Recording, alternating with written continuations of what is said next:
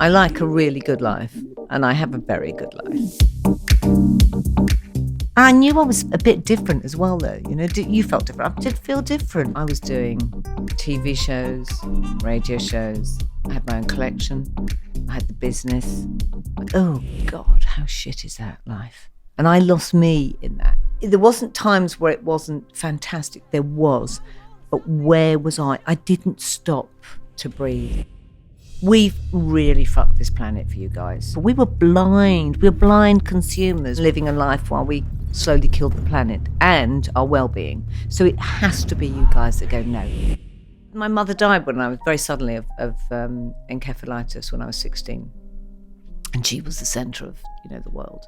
And I had to grow up very quickly. And all that misbehaviour went into sort of responsibility. This is really painful. Yet somehow I wasn't able to express that.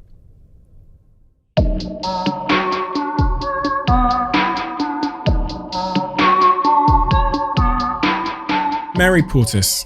You may know her from the high street. You may know her from business, or you may know her from her books.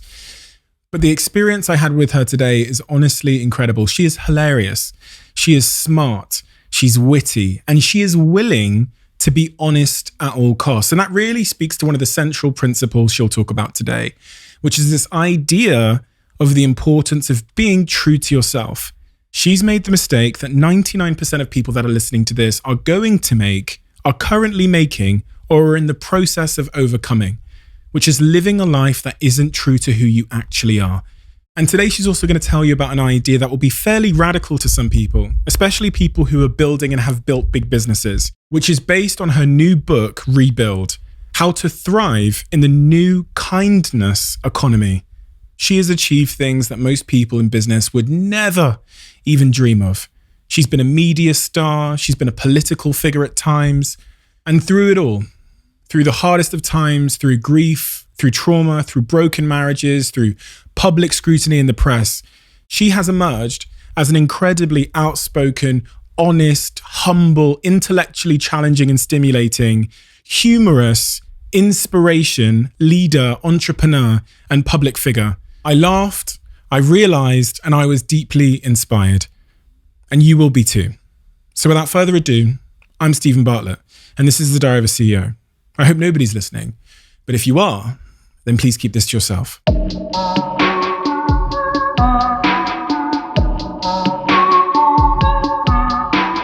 Mary, you're a very standout person with a very standout personality, and you've managed to achieve some pretty remarkable things in your life. And from a place of curiosity, that always makes me wonder what it is that made you different. And I like to always start with people's childhoods and their upbringings, because I tend to believe that that's the most influential part of their life, typically.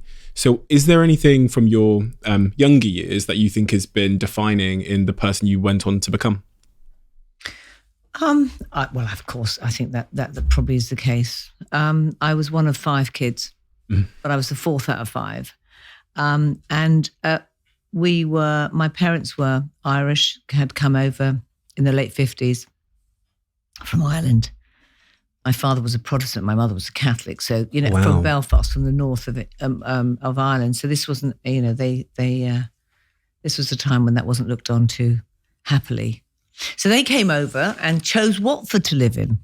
Interesting. It could have been Dagenham, but they chose Watford.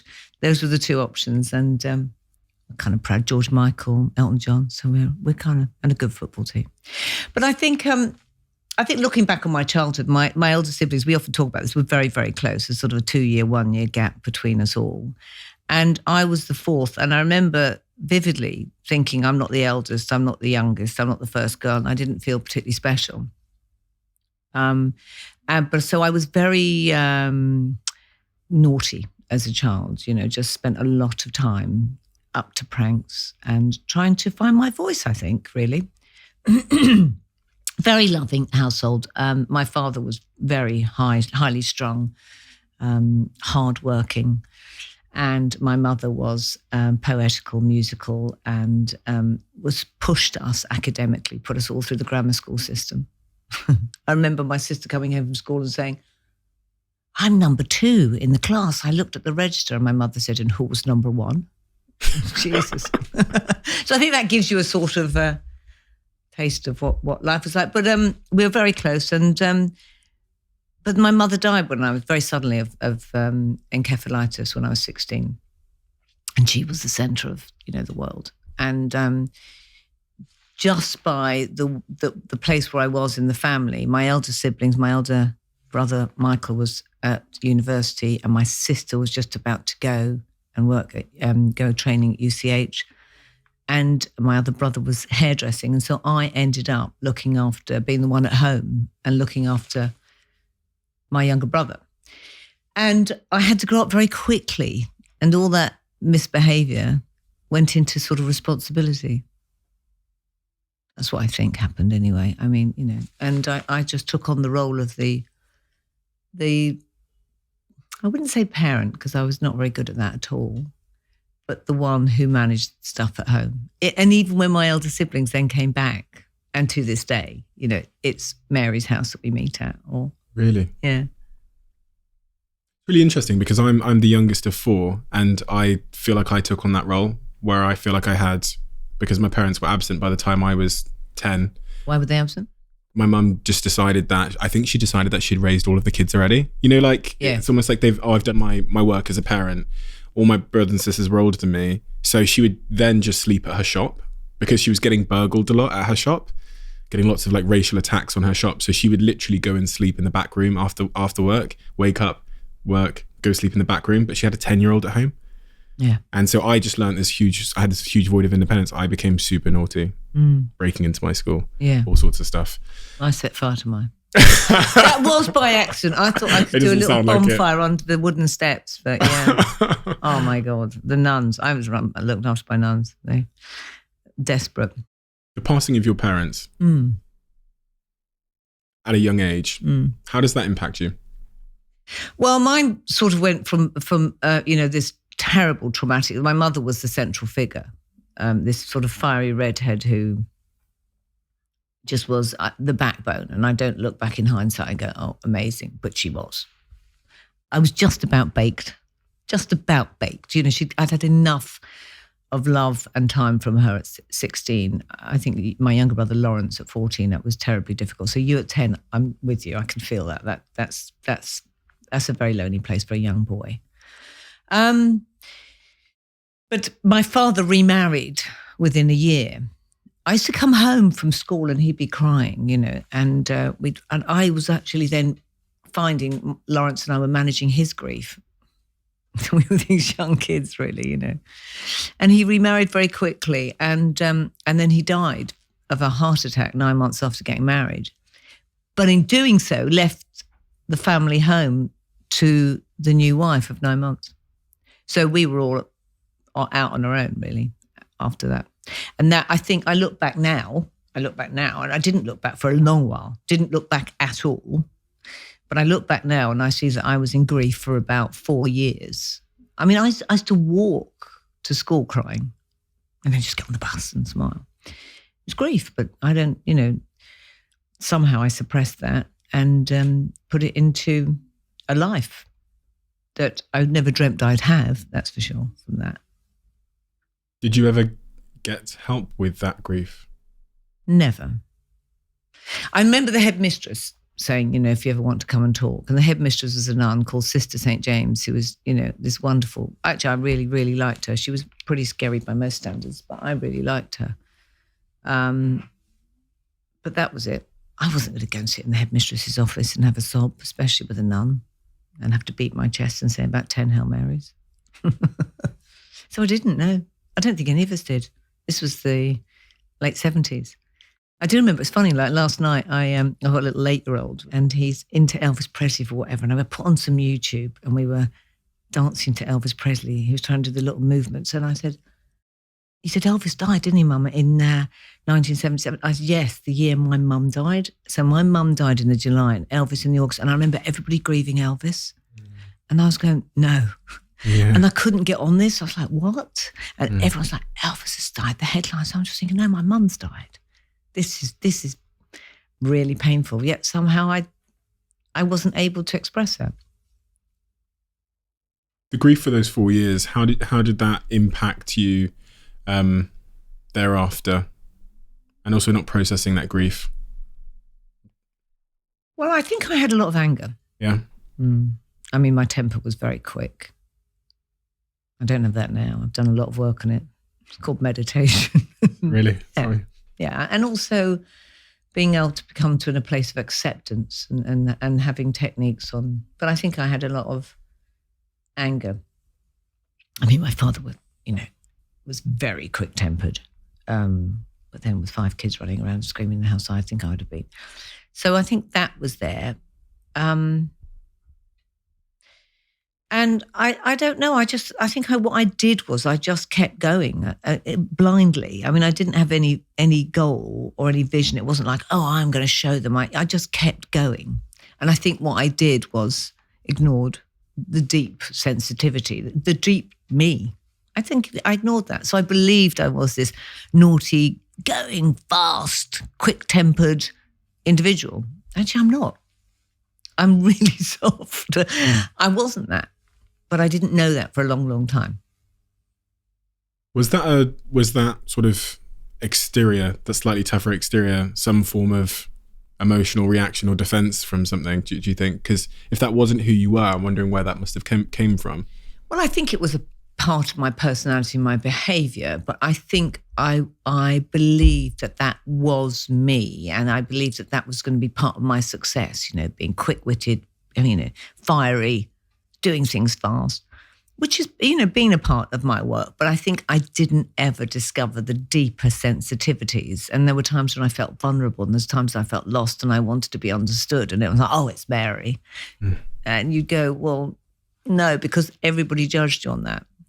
Weirdly, even I think the persona that I had on TV with the orange bob was that, and people would edit me to that. And I would often think, but I spent so much time behind the scenes sitting with those shopkeepers holding their hands or talking to them. But nobody wanted to see that. They wanted to go, oh!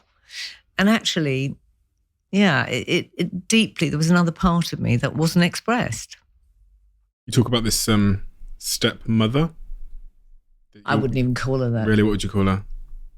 The woman my father married. I mean, I think about that, and I'm talking with my children on this, and when I had to write my memoir, you had to go back on this, and I just cannot understand anybody not looking after children who are grieving for their parents. I can't imagine, being with anybody or me marrying anybody. I mean, I married a second time to a woman, and she took all my children. I can't imagine anybody doing what she did. It doesn't fathom in my head. Here's a woman who had a child the same age as my younger brother, who left us homeless.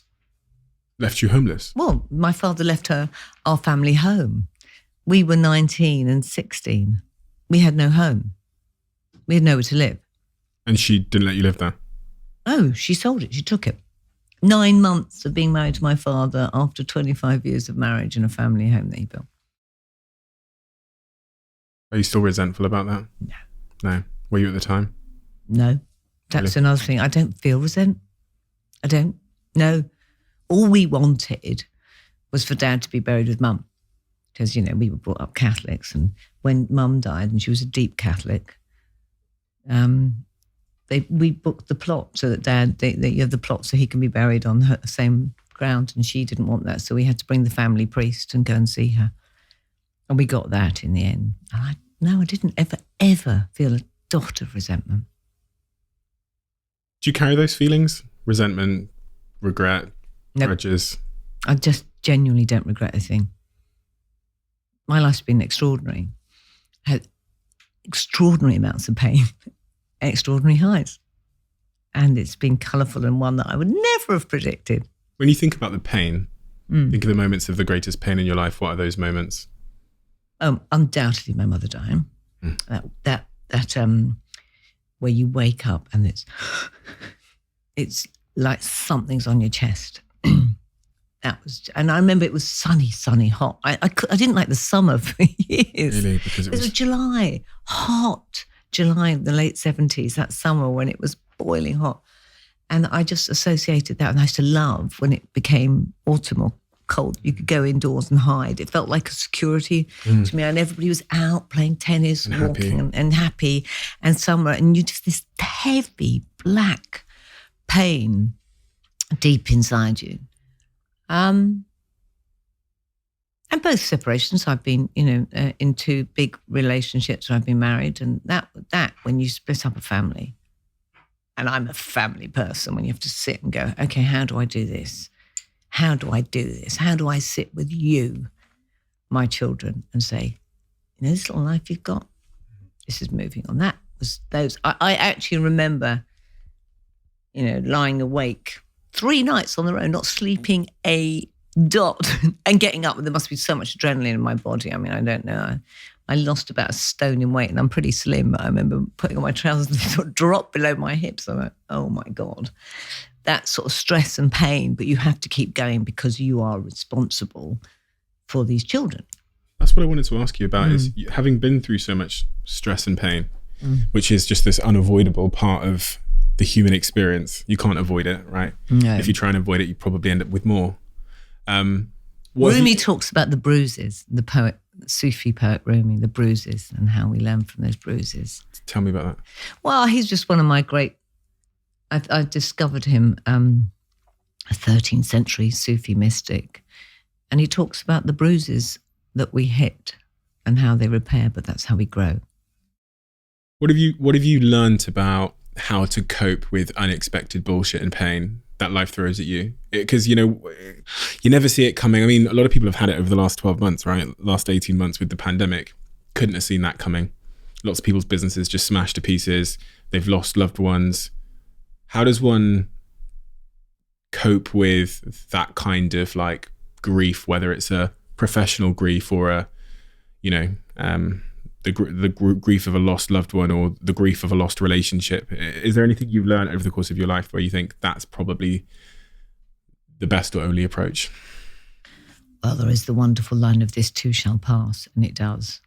For me, I have found great resolve from some of the great teachings and the philosophers who I have read for a long time now, probably about 15, 20 years. And even if we look at the basis of most religion, which is a patriarchy and has been completely screwed and bastardized by most men, but actually if you look at the truth at the heart of it, it's much the same thing that we all have to follow. And you have to just connect deeply with your inner, whatever you call it, whether it's your spirit, whether it's your soul, whether it's your, as Oprah says, my inner frequency. When that gets shoved or you're not aligned, that's when you start to behave and you follow whatever's happened to you rather than actually connecting truly back with your strength, your resource. So that for me has been, and I've tried to guide my children on that, and actually found that has been, I wish someone had done that a little bit more. It was shrouded in religion when I was a kid, the Catholic faith, which I just could not connect with at all. My mother literally, going to confession. Used to go into the church, you see these 80-year-old women beating their chest and say, dear God, I've sinned. And you think, what's she done? This is crazy. This isn't life. What? There's some poor old on kneeling down, beating her chest. That's not what the world's about.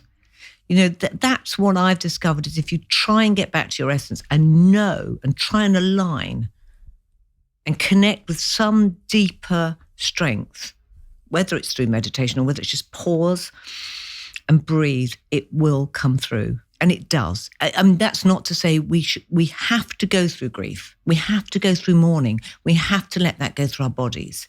Leaving it in your bodies is the worst thing you can possibly do. And I've done that over the years, and I've had my back put out. I've been laid low because it's in there. So I've learned to do that. I had, at first when COVID hit, it was shocking for me. I mean, all my clients in my business, which has been my backbone for 21 years, just closed down. And nobody said, are you guys okay? They just stopped work. I had 55 people. What the actual fuck is happening here? And I'm talking to my kids about being connected to your source. And I'm like, Jesus wept, I've got to pay for all this. And I don't know where I'm going to do this. And I'm just looking down the barrel at 60. And I suddenly went into that complete fear. I was like, you need to pull this back. I was actually I was a little bit ashamed that I wasn't better, if I'm honest. It was such a shock. Such a shock. And I've written about it in the first chapter of my book because it was so shocking. And it was like, they were falling down like dominoes, the clients. And we were like, what we thought as a business was just going, eh. And it just slowly but surely, I kept on connecting back to that sense of me, that deep truth that the world will look after you.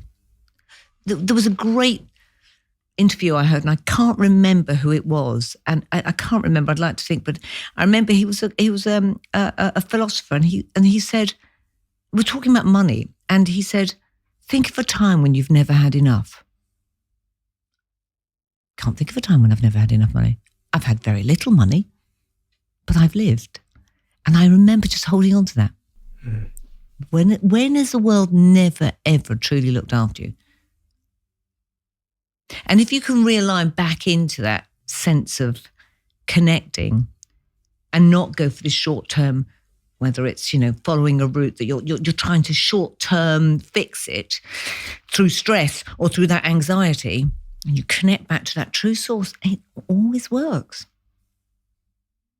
You said during the pandemic, you felt, it almost was as if you were saying you felt shame that you weren't good enough. I wanted to get a more detail on what you mean by that. No, what I meant was that I the work that I'd done on myself, on knowing that, this too shall pass, connect back, you will be all right, the world will look after you. I didn't. But it took about a month, and then I was like, okay, and I had all the kids under one, there was homeschooling happening. I was on phone every single morning with the CEO of my business. We were on FaceTime. It was, we were on Zoom calls, hideous. It was like all the time. It was this world that you'd been thrown into where I thought, all right, approaching 60, ease up now, Portas, you don't need to be doing as much. Everything just fell apart. Bam, like that. So, oh my God, what has happened here? So, I was a bit disappointed that I wasn't more, baby. Really? Yeah. Okay. So I was sort of done a lot of work on myself, but I got it back, she says. Talk to me about, so I want the detail as to, because I read that you'd said you felt like you were spiraling out of control a little bit when the pandemic first struck. And I think a lot of people can relate to that, that sense of panic, total uncertainty. And I mean, we had all of our high street clients completely just cancel all work. Not even because they'd gone bankrupt, but because they just didn't have certainty themselves. So they just stopped. Yes. It was either totally stopped or paused or we don't know what's happening here, right? So you have, in your agency, you have pretty much all high street players, right? So I can't imagine. And so I want to know, when you say you were spiraling, what does that mean? Well, for example, one of my clients was a big piece of business that we're doing the other side of the world. I won't mention it. It was £1.5 million. Bam, closed, done. Stop. That stopped. You're like, what? What I meant by that was I've never in 21 years ever had anything where I thought financially, I've made myself so financially secure over those years. I've never had anything that I thought that might go. I've never wanted huge amounts. I like a really good life, and I have a very good life. But I've never wanted, the big amounts. I've always thought, this is really good. And I've always shared the pie, as it were. I like a big slice of the cake, but I also, I like sharing it out. So I was never, I've got to have it. I was never that. I like a lovely life. And so suddenly this was like, that might not be the case. And you are a young lad that you've got to put through school. You might be working till you're 70, whatever, to get this back up. And I was like, I don't want to do that. So it was going against my flow and my energy as well, that I wanted to go off and do other things. I was ready to go and do the things that one should be doing at 60 plus when you've had a very big career and doing stuff and I was suddenly going, oh God, I've got to get this back on. And so I just didn't like the way that frightened me. It did frighten me. You know, there were sleepless nights. But then suddenly this place of acceptance came, and you realise there was magical times where I thought, I am in lockdown with all 3 of my kids, you know, one of which had left home, one who was doing a master's, and one who was 8. This isn't going to happen again, you know. And there were times when they were just out in the grass playing rounders together. Well, that's the magic, you know. Mm-hmm. That's the magic for that little man there with his big brother and sister. There were times we just would sit up on a place near us in Swifts Hill and just look at flowers and draw flowers. And I thought, this isn't going to come again like this. Mm. And so I was able to sort of slowly but surely build back.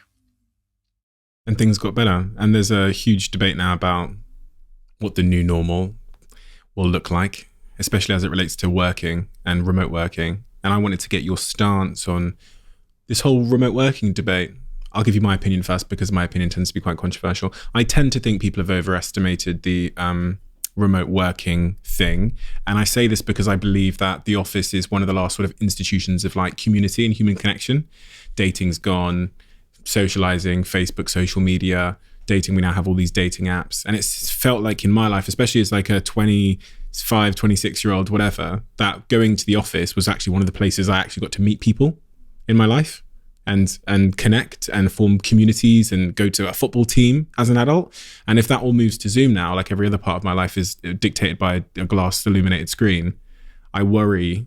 I've had people sat in the chair from mental health psychologists and all sorts. And the consistent theme for them has been, if you can give someone community and connection in their life, then they do better. They are healthier. And I felt like the office, especially, and I know you've got an amazing office. I've read about it. I've read about the atmosphere there and how impressive that is. And we also went to great lengths. It's when I was reading about your office, it felt a lot like mine. It's not hierarchical. You wouldn't know who was in charge. People are themselves. It's very flexible and open. We don't have these rigid, archaic systems in place. And so it was a really enjoyable place to be. And I would hate for places like that to be to disappear. I think the old office has to change and die and be reinvented. But I wanted to get your take on that. Well, I think you said it. I think there's a lot of businesses jumping on the bandwagon thinking, how can we, save money on rent? Mm-hmm. Yes. And not looking at the mental health well-being. I've seen this. I've opened my offices. We opened them up as soon as we could. We have 2 days where we say we want everybody in because we believe that is everything you've talked about. And I know even when I go in and I will see them all and we will have a laugh and we'll talk about stuff that's not even in the work world, but those nuggets, those little messages, those little nuances that happen are what makes us human. It's ridiculous to think we do. I heard Google aren't opening theirs up for another year, and you think, what the actual, stop this. Have they actually asked their people? I have a young daughter who's been working at home consistently since she went out to the world of work, and it is not good for her mental well-being. And I have watched my children get up at 8 a.m. and go straight on Zoom. That was, where's the travel time where you listen to a podcast or you listen to a piece of music or you read something or you bump into someone on the street and say, morning, do you fancy a coffee? Yeah, I was saying, where's that gone out of our lives? We take this away and we take what it is to be human. When I did my High Street report, I talked about exactly what you're talking about. We lose this. We lose what Jane Jacobs, who wrote The Death of the American City back in the 60s, well before I talked about this. She talked about those little things where you bump into someone on the street and you say morning, or you're getting a newspaper and you say, can your daughter babysit tonight? She said, these little things are trivial, but the sum isn't trivial at all. It is a social infrastructure, a web of security that makes us human. The office is the same. The office is the same. Now, I started in my office with saying, you got a baby, you can bring it in. Bring dogs in. This was like 10 years ago. What? We need to ease up and realise that we need more of this in our lives. I've had to sublet parts of my office because we had too much space. But we bloody went out and sublet and fought because we wanted to keep it because I knew that this was deeply important, especially to your generation. And, I know there's people, and my kids have seen it, they said the sort of 40 pluses, yeah, it's nice having some time at home. I understand that. You can pick up the kids, of course, But let's get that balance. Let's get that balance. And you're right. The more we close down, the more we squeeze our little souls, because those small, trivial things are what make up our lives. I know that. So I would be so pro it. And I really think this needs to be the things that are part of our society, which are deeply important, that do need bloody government intervention. I know Tories don't want to intervene and it's a free market and all that crap. Transport's one, our high streets are one, our National Health Service is another, and the way we work and connect, I think, is another. So I would be putting this on the agenda. I heard it on one of those, what is it called, question times, which I keep getting asked to go on. I think, oh dear God. And I was listening to it. It was all these sort of aging politicians who weren't running businesses, who didn't see the impact of getting together. It's vital. Please, anyone listening. And if you're listening and you're a millennial or a Gen Z and you don't think you've got any power, pull together, get your pals and put pressure at the top and ask them, open back up. I think that clip will go viral on LinkedIn, so that's great. I think you're going to reach a lot of people with that one. My LinkedIn's very highly engaged, so I think that will bang. But no, I think that I'm more at ease because I think in the professional world, it's going to become a battle of employees choosing where they want to spend their time and where they want to work. And so my objective here isn't to. So what I feel like I saw was these kind of fragile, dare I call them, leaders in business, doing all this kind of virtue signaling on social media and online, going, oh, we're going to let our employees decide, and if they want to work. And I've said publicly, like, you as a leader, you have to have a backbone, and your company culture should be reverse engineered from the mission. So, if you're I don't know, building cars, then you need your people at the factory. But also, work should offer more than just pay. And if it is to offer more than pay, something meaningful, it would be community, connection, and these things. So my stance as an employer is I'm going to create the environment which offers you more community than you're going to get anywhere else, good pay, more flexibility around things that matter in your life, kids, etc. And I think I'll be able to hire all your staff that you have working from a Zoom screen at home.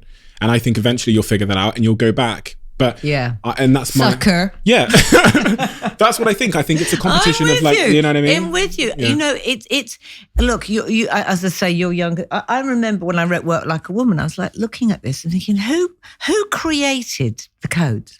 Who wrote this shit? How do we want to work?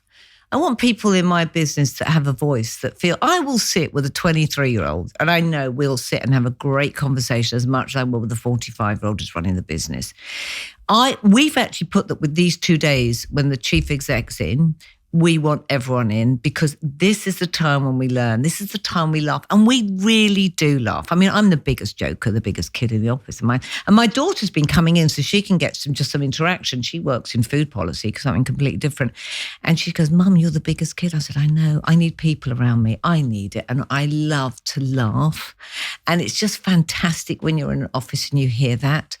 And it's not difficult, this stuff. It's all about, when you feel as confident as you do, you're able to give up that control. Yeah.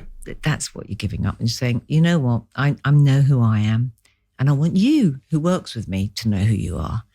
And so let's give up that control. That doesn't mean that I'm going to have any lazy bastard coming in and, sauntering in whenever they want and taking. No. I talk about the kindness economy. The kindness economy is doing what's humanely right. It's not taking the piss. So you have very, strong ethos and ethics and guidelines of what you believe your business is and where you want to go. But let everybody be themselves within that. And part of that is connection.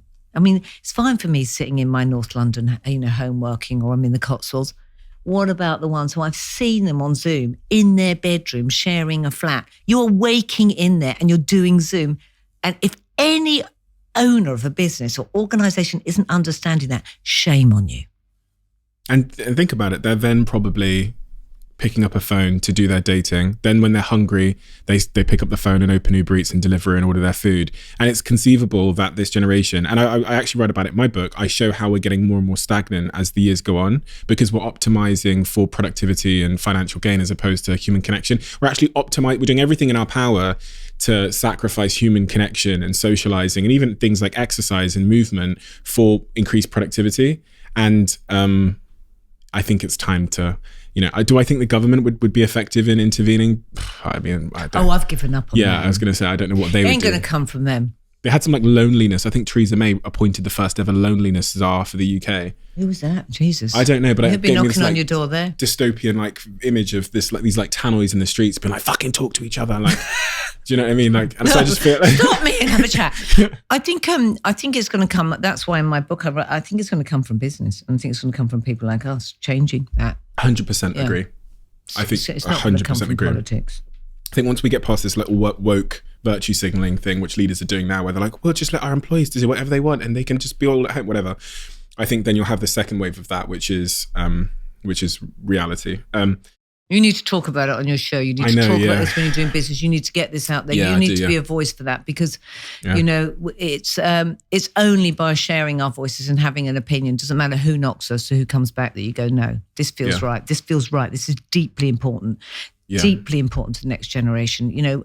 We've really fucked this planet for you guys. My generation. The generation before me, the baby boomers, they know that. So we have to hold on to something deeply precious here.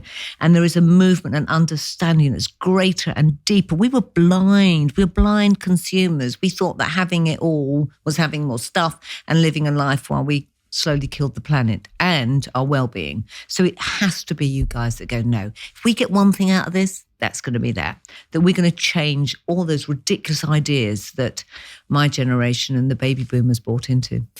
Quick one. I'm trying to get in good shape for summer, as I imagine a lot of people are.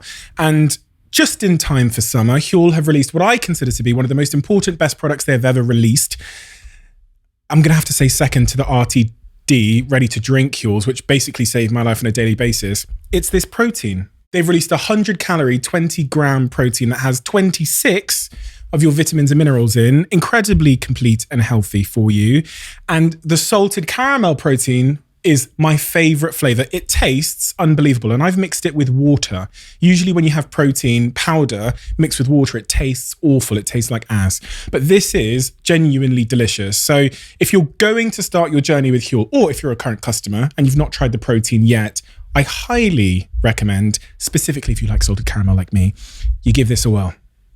Back to the podcast. You say they're having it all and having more stuff. We thought that was it, which leads me into something else I wanted to talk to you about. I read you'd said that you were in the public eye, you're making more money than ever, and it was extraordinarily exciting. But at the age of 48, you found yourself crying almost every day. I was probably physically exhausted. I just didn't get that joy, I just was on this, I was doing TV shows, radio shows. I had my own collection. I had the business. I had 2 kids. It was crazy. And I was the matriarch. I was the centre. It wasn't like, I had some husband who was raising me. It was me, and I thought, yeah. But and the more that comes, you'll know this, the more it comes, the more it comes, the more it comes. It comes, keep coming. You've got to do this, got to do that. And there were parts of it that was just, incredible. I look back and think, what some great years, but I was exhausted. And you're not allowed to say that. Actually, I was thinking about that. At that time, there would be those, women on the front of the Sunday Times magazine like that. We can't show our pose, but it'll be like that. You can have it all. And they got 8 kids and they would get up and they would be doing, yoga at 6 a.m. and then having a global call with China or whatever. Then, they'd be dropping the kids off at school while chatting to God knows whoever, sorting out the day. And you just thought, oh God, how shit is that life? Where are you? Where are you? And I lost me in that. There wasn't times where it wasn't fantastic. There was. But where was I? I didn't stop to breathe. I didn't stop to truly connect with me. And I remember I went away to some very expensive spa place where it was all Om Shanti and downward dogs and eating nice stuff. And everyone's all this, you go where rich people are because you got money, and you go and you discover and I remember sitting in this yoga session and I just was crying, and I was like, oh God, please stop, Mary, please stop. And there was all these sort of women in their Lululemon, and I was just crying. And I thought, and I went in to, there was this wonderful Indian guru who used to sit in this little room which you could go and meet and chat with. And I remember going in to see him, and he didn't say a word. And I just was crying, and I didn't want to speak with him, but I wanted to go to the bookshelf that was behind him because I knew there were some books there. And I picked up Eckhart Tolle's New Earth. And I just took it. And as I left, he went, "That's the right one." And I went back to my room and I read it. And I read it on the beach days. And I was like, oh my God, I've got the world wrong. I've just completely got this wrong. And that was a start of my journey. It took many years. I'm still, still partly hybriding that life. I'm never going to sit in an ashram. But I discovered how to connect back truly with me and stop loading this stuff in your life, Mary. And saying no. 2 questions there, which is regarding this book, this Eckhart Tolle book that you talk about, A New Earth. What was it? What was the key lessons that it imparted on you about life and how you were living? I was living totally outwardly to my ego and my persona. Mary Portas, Mary with the bob, Mary the businesswoman, Mary the mother. I was not connecting truly with my spirit, my soul. So everything was done to feed that. And you believe that that is you. You believe that that is your personality. You believe all of that. You talk about you thought you'd become a bit of a caricature. Oh, for sure. But I also milked that. That was very profitable. But, I knew TV, it right? was brand Mary, the red bob, the rings. I've always loved fashion. I've always loved, but it was very much, a signature. So, and of course. I mean, I advise businesses globally on brands. I was, I suppose, a brand myself. And I just didn't want to be that anymore. Philosophy is very clear on this idea of like abandoning your true self and the consequences your of ego, that. your outer ego. Yeah. And it seems like such a clearly losing game. And I think people listening to this are probably you are some stage in the process. You've either you're either at the start and you've not yet tried to abandon yourself because you think that because the outside world has convinced you and incentivized you to do so, especially social media, that'll have you trying to abandon yourself and become the Kardashians, whatever. Or you are in the process of abandoning yourself or trying to, and you're feeling the sense of despair and probably lack of orientation that comes with that. Or you've come out the other end, which it kind of sounds like you've got to, where you've realized that you try to abandon yourself and the only true answer is to be yourself because everything else is despair. You either succeed in abandoning yourself, as this one, I think it's called Stoddard, this Swedish philosopher used to say. If you succeed in abandoning yourself, then you end up in despair. If you fail in abandoning yourself, then you end up in despair. So the only true path to joy is to accept who you are. Yes, I think, the thing is, it's knowing what the truth is. It doesn't mean that we're not going to have this. We are truly connecting on a truth here. I don't think we're, performing. But part of it is performative because we are doing a job that's going to be this podcast. But it's being on the path. Some people never even know that path's there. Most people don't. And that, I remember when I first discovered it, and people were like, don't talk about that because you might sound a bit odd on, spirituality, or like, don't talk about that. And you're like, and I didn't for a long while.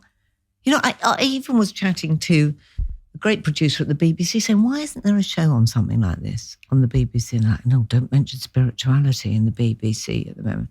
And you're like, what? This needs to get out there. And it's not hokey pokey stuff. This is our truth. And I think what I've tried to do is to allow the people who work with me express that and know about it. And we share it. We share it in the business. And it just opens this whole thing up. And there are times when you have to be, as I say, performative and I'm Mary Portas, going out, I'm working, I'm writing a piece or I'm doing, of course, but I'm rooted in who I am deeply. And I think it isn't, whatever we call it, whether it's spirituality, whether it's our soul, whether it's our spirit, whether it's our truth, whether it's our vibration, whether it's our, whatever, our vortex or our frequency, as Oprah says, whatever, getting back to that. I remember I was listening to the lovely Irish poet, and I'll think of his surname and I'll think about it and they'll all come to me after I've done this. But anyway, I remember him talking about when he used to give the last rites. He used to be in Ireland and he'd go to give the last rites to whoever was dying, and he'd go in and he'd see these little pinched faces that had lived a life that wasn't in line with their true self because they had no choice. And he just said it used to make him feel so, so sad. And then he would give them the last rites and he would literally see the pain on their faces, their skin just unstressed and unwrinkled because they were able just to be. And that is the greatest gift I think we can give to anything and to our kids, I mean, I put them through a great academic system because I could, but I always said, you choose. I remember my daughter coming to me when she just finished Oxford. She got into Oxford and she was like, I was deeply proud. And she finished her degree and she said, Mum, I know everyone's going to expect me to go in and make a lot of money. I don't want to do that. And I said, why are you explaining that to me? Like, I'm really going to judge you on that. And she wanted to do something that just connected, not with but with where her truth was. And that's the only thing I think we need to try and find in life. Now, your truth probably was that, you wanted to get to that place where you were able to say, I did this because that's the truth that was important to you because everyone else was telling you can't do something. Mm. You're not sitting in this system. I was much the same. I met some old school friends and they were like, whoa, my life, because I was just always the one in trouble. Or I remember getting 17% in physics and thinking, I don't give a shit.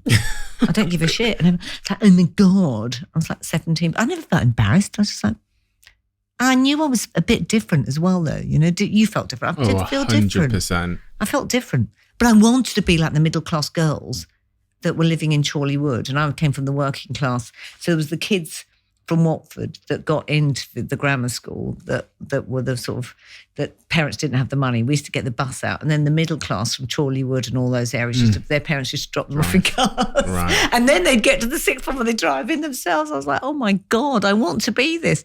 And then I went, nah. Nah, I don't want to be that life. I want my life. I want my life. Bronnie Ware talks about the same thing. She interviewed people on their palliative patients, I think it's called. On their, who did this? Bronnie Ware. She was an Australian palliative nurse. I don't know if that's the right word. Wow. And she interviewed people on their deathbed and asked them one question, which was, what's your biggest regret as they were dying? Wow. And she released the blog, and the number one regret of the dying, as she writes it in her blog, was, quote, not living a life true to myself. Oh, man. I remember watching the film of Alan Turing and it just actually heartbreaking. And here was a gay man who could not live his life. And I just thought, that has got to be. I think that's sort of the 50s and 60s was worse than any time. That American dream of the housewife and being the two kids and living the American dream of and actually you had to suppress your sexuality, your frequency, your truth, your love, your ability to soar. Isn't that just the worst? Torture. Daily, hourly. Yeah. Deeply subconscious torture almost, yeah. And it's still going on in Hollywood. Yeah. You married a man. I did marry a man. Then a woman. Then a married woman. And I'm with a woman now.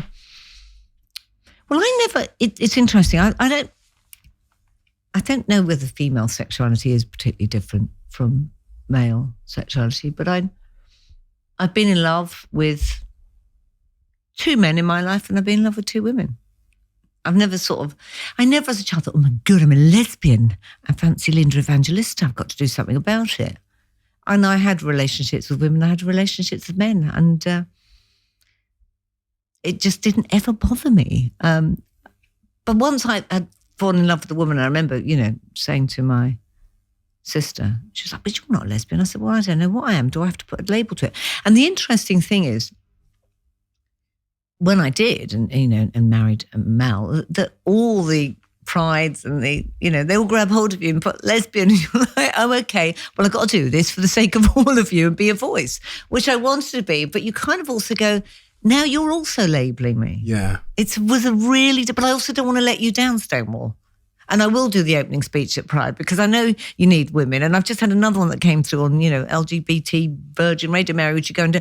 Like, I don't want to be also categorised in that way because I'm not It's a form of prison as well, though, isn't it? Well, it is. But I also don't want to not be a voice because I think it's important for, when I did meet Mel, there was no women in the public eye besides Sandy Toxic who were in same-sex relationships. And I remember this with my children having to, when they went to school, there was no books on it. I mean, I'm talking...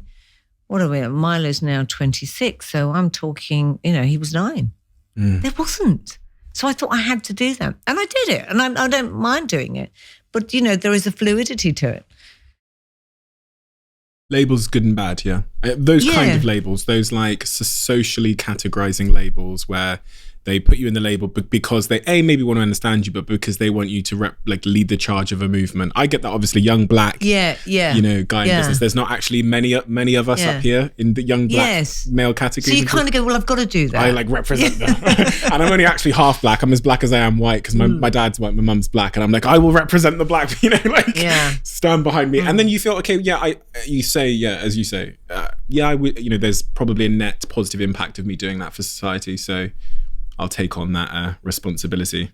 But then I go back to, I know who I am. So write what you doesn't like. Matter, yeah. Write what you like and say what you like because I know. Intuition. Topic I've heard you talk about a lot. You'd said previously that the biggest mistakes in your life had come from not listening to your intuition. What comes to mind when I say that? Which mistakes? I think, I think I'll know when I needed to have got out of, relationships and it kept telling me something and kept telling me and you're like, oh no, I've suppressed that. I've suppressed it in times where I've, thought in business, I don't particularly like this person and yet they're paying me a lot. I've suppressed that and it always ends up, you feel it. And ideas sometimes, they just come. If you're really, really feeling free and in tune, they just come and they're wonderful. It's been my, I'm sure it's yours, but it's been my, ability to sort of feel something deeply and know that that's right. And you can get people that can analyse, put data behind it, logic. And I've listened to them in the past and I've let things go and go, not regret, but that, even, now, I've always wanted to do, and it's just trying to get the idea, a totally sustainable, secondhand, recycled, vintage, take a whole space, like a massive mill that's closed down and create tomorrow's, where everything is about, recycled, upcycled, vintage, remade. And I've got to get on and do that, but it's too big. Everyone goes, no, I'm not sure how that could work. How do you? But I just know it will, And so I have to follow the instinct on doing that. But I think just sometimes it's the small things as well. It's just the small things where you feel it's come from there and you push it down because you put too much logic and reason behind it. And I think in business, we need to let that open up so much more. Certainly in my area of business, I reckon we ended up with so many crap businesses because logic, data and systems overtook instinct, creativity and innovation. And we need to bring that back. And interestingly, you talking about high streets, what has come back is people understanding the importance of connection and community through high streets. And we will see that coming back. And I had the Labour Party get in touch with me and saying they wanted to look at what we were doing on the High Street Report 10 years ago. Because when I did it 10 years ago, they didn't understand that. It was all about bottom line, all about bottom line. What's your view on the younger generation coming up? There's a lot of, I think we talked off microphone about some of the themes coming out of this Instagram generation, like, it's like really binary cliches, like find your passion. There's this idea that like working hard is now toxic, and just generally, what's your if you were to impart advice or you were to give a perspective on this kind of like Instagram generation and their perspective of the working world, what advice would you have for them? I think there's the good, the bad, and the ugly, isn't there? I mean, I think I think it's a really tough world to be in, that you are always on. That's a very tough place to be. And I purposely, don't do as much, even though I should be, because I just think I only want to do something when I really have something to say. And I know it drives some of my agents around the bend. As in social media? Yeah.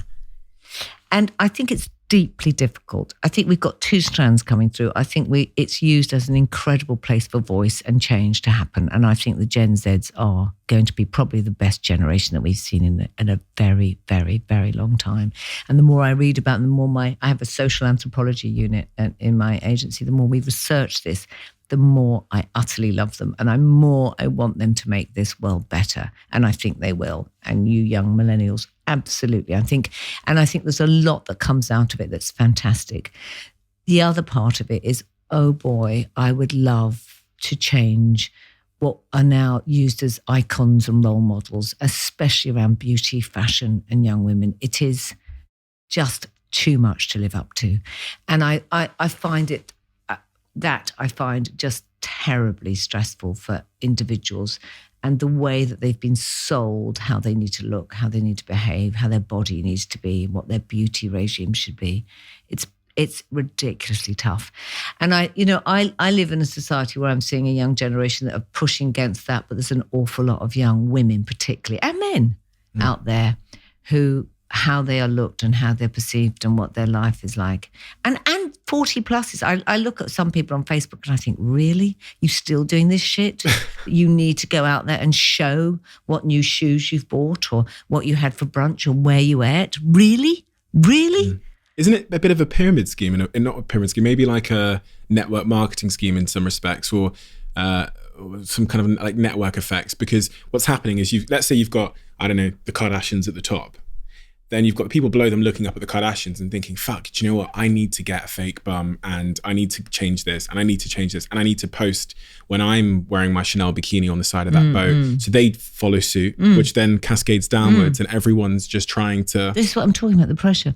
I'd love the Kardashians to turn around and say, let's not buy any more stuff and let's recycle. Wouldn't it be brilliant? Yeah. Imagine what that would do for consumerism. That's probably the most impact they could have on the world is if they just cut out the fakery and... lived more ethically, but they're pinned back by the financial incentive. But when I was doing my research for my book and looking at the spend on the pressure on young people who follow the Kardashians to get the new this, the new that, it's insane. It's insane. Because I used to look back and think, well, my mother couldn't afford stuff, so we just put up with it. But we weren't sold the marketing dream. We weren't sold this shit. And this has gone so deeply into society, so deeply, that we do need people like you that are going, this is just crap.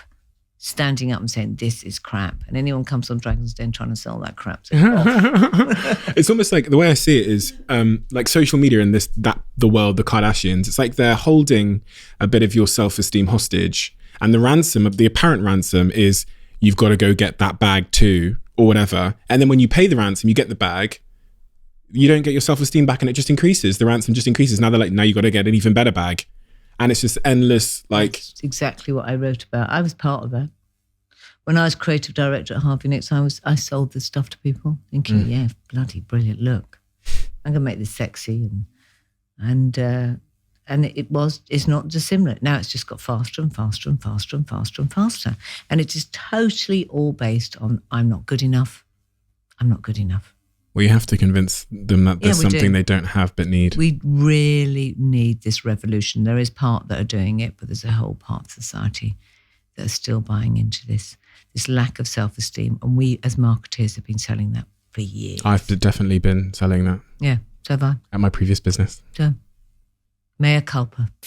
Quick one. As you guys might know, if you've been paying close attention, I'm in the process of starting a brand new business. And when you're starting a business, there are a million things to do, from branding to websites to all sorts, right? Logos, videos, promotions, all of this stuff. And so it's incredibly hard to do all of these things when you are a one-man or woman band. And that is where Fiverr.com comes in and solves a huge problem for me. If you've never used the website before, it is the best place to find freelance support across multiple services in the most cost-effective and reviewed and rated way. And I use it in every sort of facet of my professional life, including for this podcast sometimes, and including in my businesses. And as I start my new business, which I am going to tell you about soon, I've started to rely on it once again. So go to fiverr.com/CEO and check out how amazing Fiverr.com is. You said, it was something that I thought maybe I was the only person in the world that also felt, which was before we started recording, you said that you don't get excited about things. Yeah, I mean, I have great things in my diary, or someone said, "Oh, aren't you excited you're doing that tomorrow?" And I just think, no, I just don't get excited. And you said you don't either. I don't know. Well, I didn't actually say anything, but then my camera guy here, Jack, that's worked with me for some time, says Steve always says that.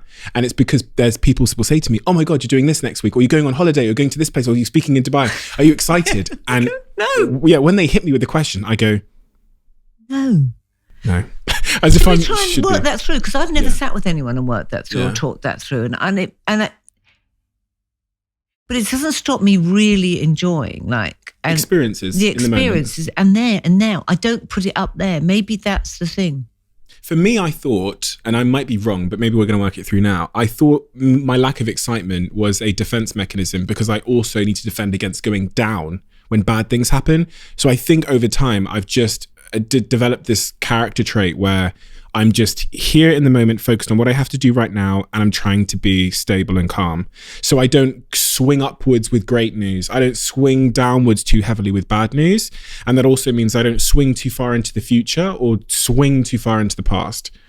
And that's a really good analysis. Maybe that's it. Because my friends get excited about small things and big things. Well, I've got dinner. We've got dinner. We've got that dinner. Got that table at Bratton. You're like, great, but it doesn't excite me. Yeah. I don't know. Maybe that is a subliminal thing that we've both done. I hadn't thought about that, but I felt I even had it like my partner said to me, "Oh, you've got that, aren't you excited?" And I said, "No." And I actually have to tell you, I don't get excited. It was like I was going into therapy. Yeah. I have to sit you down and tell you, I don't get it. That doesn't mean I don't feel joy. Yes. That doesn't mean I don't feel complete. But I don't get excited. Or maybe someone's going to listen to this, some really incredible psychoanalyst, and they're going to go, we'll work this out and tell you why. It is really interesting because I think it's so important for you to say what you've said there, which is you still enjoy yourself when you're there and doing these things, but it's the future anticipation and I think that must come from having lived a very intense life where the most important thing in your world is being in the present right now and fixing the thing right in front of you. Yes. And you've probably not had a ton of time to sit. But then also I have to say the privilege of having had so many great experiences. Yes. So there's not really a restaurant you've not been to that's been amazing. You've been to amazing restaurants, you've been to amazing places, you've achieved amazing things. So your sort of threshold of what might, but it doesn't seem that anything excites me. Do you know, I remember, now you've said something, and I remember I think it's being what you talk about, totally connected. I remember a true surge of joy coming through my body when I was walking through a supermarket. This has nothing to do with the supermarket, but I had my baby daughter in front of me, and I had my husband with me with my little son, and I was totally in a place of joy in a supermarket. But there was something about this place of these two beautiful kids I had, love. And I remember this surge coming and I thought, my God, I feel really happy. And I've had other times like that. And they've not been sitting in Cannes at a restaurant. They've been really fundamental, simple places where I felt that surge of joy. Where you feel I can feel it now, right? Where you can put it and you can feel your energy going through your body, which is beautiful. And I would rather have that than this excitement. If I told you that later today you were going to walk down the street and feel that same surge of joy that you got from the supermarket, would you be excited? No.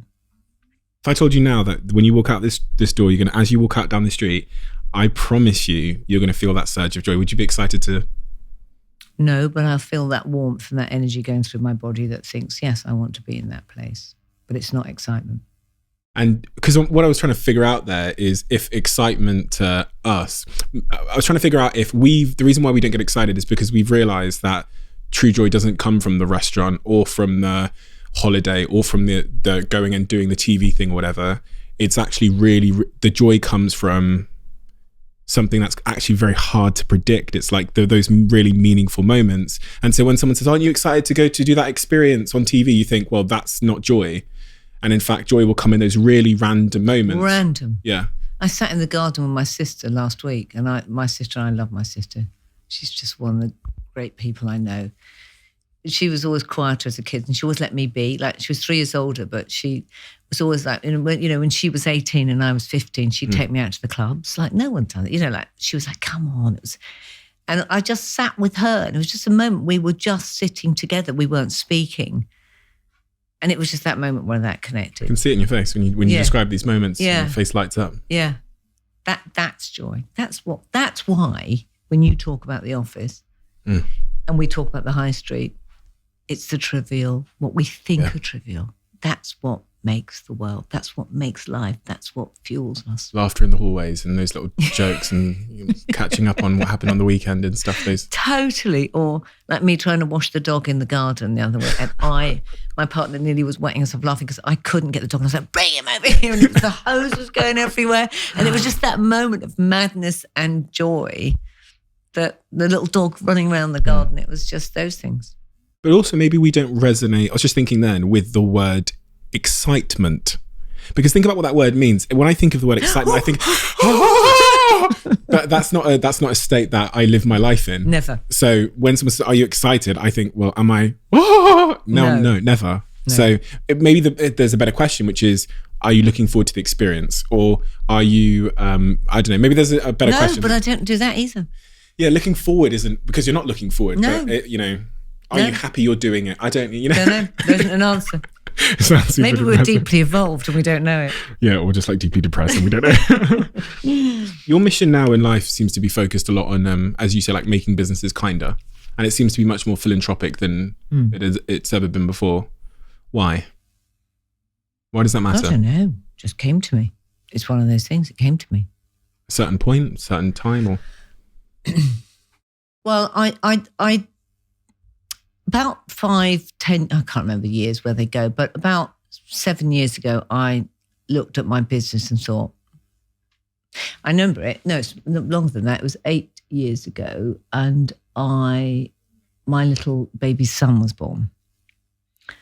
And this beautiful little man came into the world. And he was born on the Monday. And on the Saturday, my 18-year-old son was going out into the world to university. And I mean, obviously, you can imagine the emotions that are going through my body. There's this young man that's come into this world and this young man is going out into this world. And it was just visceral.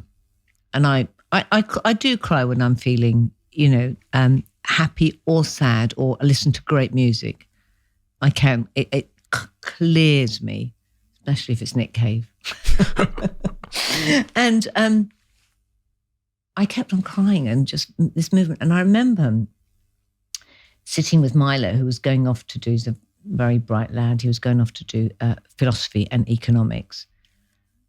And we were just chatting on the bed. And I remember clearing his bedroom and there's a little cricket bat there. And I don't get emotional because I remember going off to find the cricket bat. And I remember also being really fucked off because all the sports shops has closed and they become JB Sports and JG Sports, no, that's not a sports shop. I want to go to a sports shop where someone says, I'll give you the cricket bat and knows about sport. But I found one in Sherburn where a friend lived. I found this little, and I was looking at the cricket bat and thinking all the memories, it was just that lovely. And I'm packing his stuff and I'm just looking at his little hands sitting next to me on the bed, all big hands. And I said, what do you think you'll probably do? He goes, well, I don't know, because I'm doing economics. He goes, and I suppose I'll end up going into finance in the city. And I was like, I just remember this, no, like this deep. And I remember sitting there and thinking, that's not your frequency. That's not you. I mean, you're go-getting, you're but you've grown up with me and you're going to have to change you to go into that world. And then I looked at little Horatio, the baby, and thinking, this is what we all do. We all bloody have to change.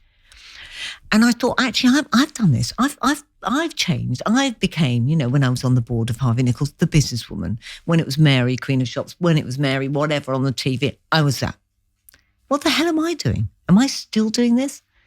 And so I went on that journey then, and that's when I decided to change the whole way that I ran the business. And I wrote Work Like a Woman on that, realizing that actually what I had suppressed was my deep sensitivity. And I called it my feminine instinct because I do believe the power of the feminine has been suppressed over millennia. There's no two ways about it. We have created a male-dominated alpha energy in the world because we killed, and we through the church, millions of women who were the sages, we've suppressed femininity. And that power is the power that's going to take us through into the next part of the world. And I started looking at this, and I never saw myself as a feminist because look at me, I looked at my life, why do I need to be that, And I started to go, what are we doing with our children through work that this young man has to suppress his creativity, his sensitivity to go and be a bastard, basically, because they get to the top. This was at the time of, money, power, fame. Those are the ones, your Trumps, your Philip Greens, loads of money, fucking knight them, they're brilliant, yeah, sir, this. And I started to go on that journey then. So that's exactly when it was. It was 8 years ago, nearly 9. And I wrote the book, created a new culture in my business, opened up, started to talk about stuff that made me feel vulnerable, started to bring in this more compassionate way of working and actually connect with what would have been seen as soft skills or HR department. Actually, I believed were going to be the new power skills. Love, kindness. Actually, because before, 12 years ago, if someone wasn't working, I'd be like, oh, done, out. Boom, on to the next thing. You're not good enough. How do you do that? What's going on in that person's life? I remember discovering one of our great creatives suffer with depression. And he'd actually told someone else. No wonder he's like that. I would never have looked at that before. Okay, how do we work with this? So I started on that journey then. And then I realized that, over the years, that even the planet that we were killing was all part of this, the way that we suppressed ourselves in search of more. We've just killed the planet. We've killed our well-being. And I just kept on going on the journey. And then I did a TED Talk on it. And they asked me to do a TED Talk. And I thought, what am I going to talk on? It just kept on coming up, this theme. So I talked on, when I called it, we need the kindness economy. We need an economy that isn't about growth, that isn't about money at any cost, that just doesn't measure linear. How do we create well-being? It's not that I'm anti-capitalism. I like money. How do we create a world of that? And I started to go on it. And then COVID hit, bam. And it was there. It kept on going, this is what you're meant to be doing, Mary. And I'm looking at how to get back to make the same money as I did before. And all the while I'm chasing that, my God, my business is going there. And this voice is going, just there. It's where you're meant to be. And then one day I woke up and I rang my chief exec and I said, I think this is where we need to go. And she's amazing. And I'm also thinking, well, she's 40-something with 2 kids and she's, in this business with me. It's all right, me going, this is amazing. But I think we should go this route. And we talked about it. And the more I talked, the more it opened up. And my head of strategy and my anthropology team, we were all like, yes, actually, we need to be advising business on being better to people and better to the planet. And that's how it all started. And that's my journey now. That is it. Am I excited by it? No. But do I get up and think that it's deeply in there with me? And I just have to follow it now. And that's where I hope that explained it. No, you have. You done it was really powerful. And I think it perfectly ties into all the prior themes of listening to your intuition. And I think that's super, super powerful.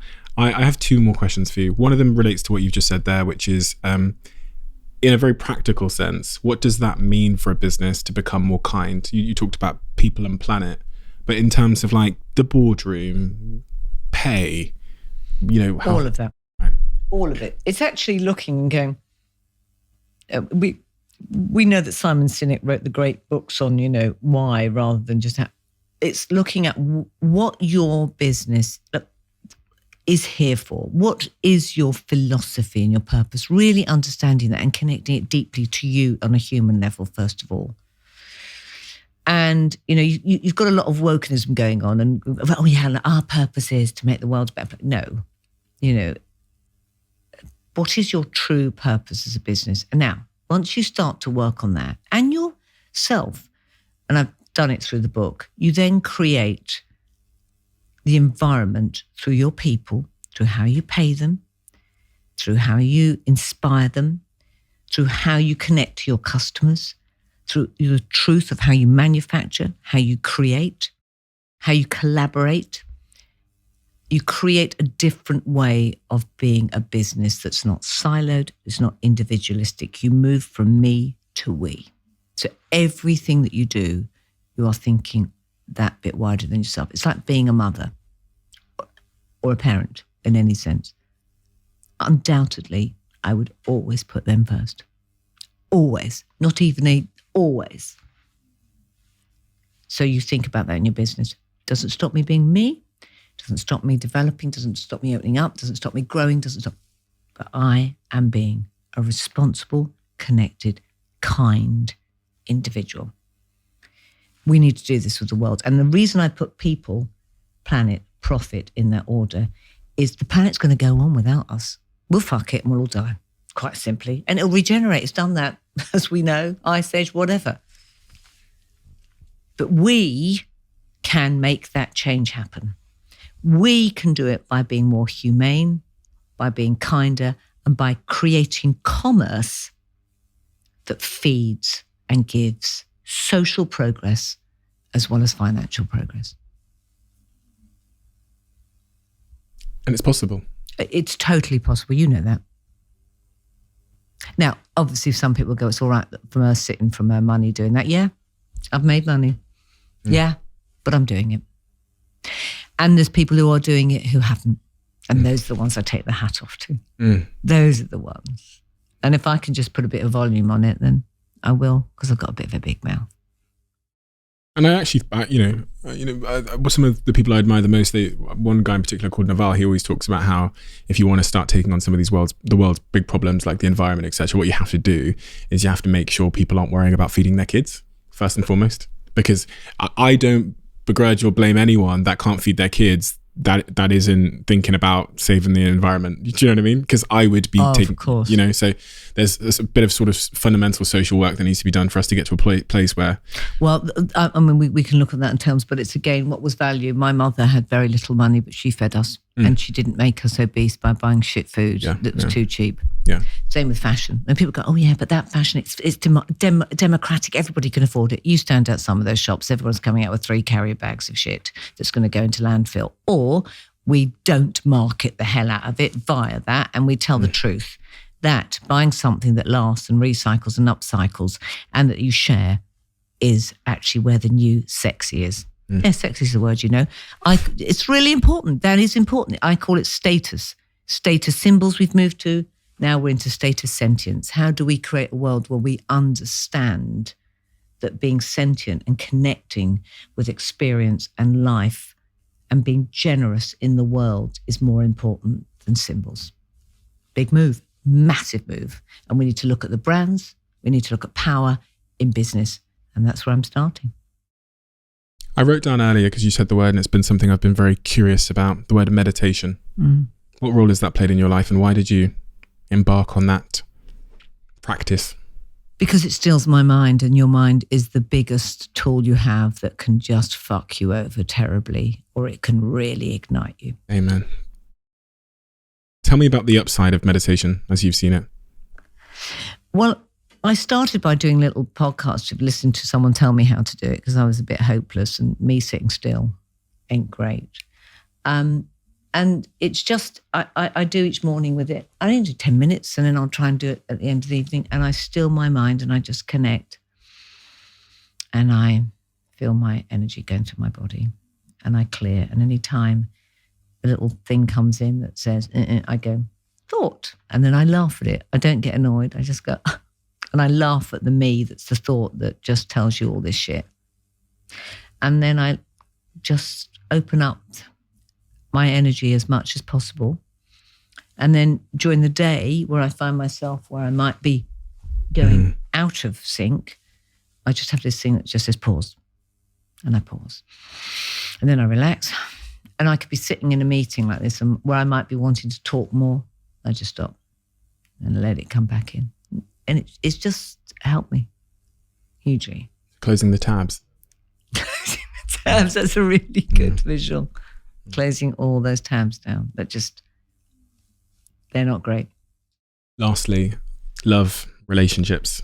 Something I think very, career-driven professionals like you often tend to struggle with for a variety of reasons. Have you struggled with relationships, love, holding together relationships, investing in them? I don't think I have. I mean, I don't think it looks particularly great that I've got 2 failed marriages, but actually there were some brilliant years. They were long and they created beautiful things. So I don't see them as failure. I genuinely don't see them as failure. It's a part of my life. And I've changed. I am not the same person that I was when I met, and I'm on a very different part of my journey. And that happens. And I think we can just get so hung up on that. I've had long relationships. No, I've never really struggled with relationships, I don't think. No, I've had pretty decent long ones. I was on my own which has been the first time in ages. That was really unique for me, When was this? Just recently, I split up with my wife, Melanie, back in 3 years ago. And I was, 3 years on my own. Still single now? No, but I'm not going to tell you who with. That'll be a nice headline. Who are you with?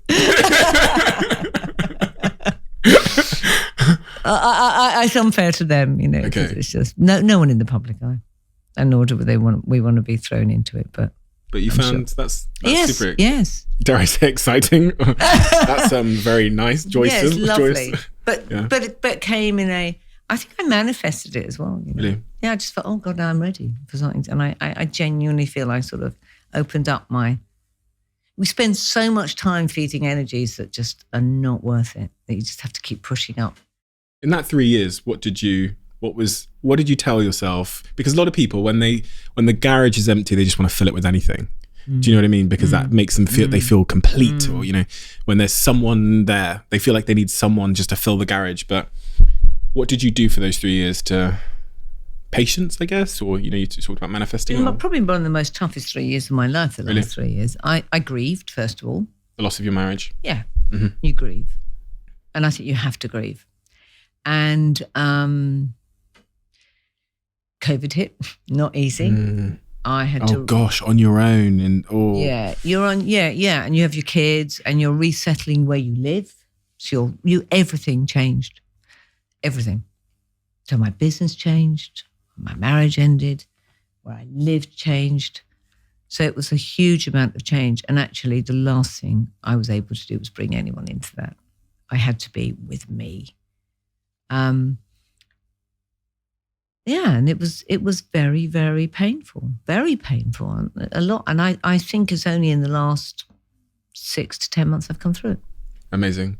Well, listen, Mary, you've been just the best guest ever. You're so hilarious and intelligent and honest, which is amazing.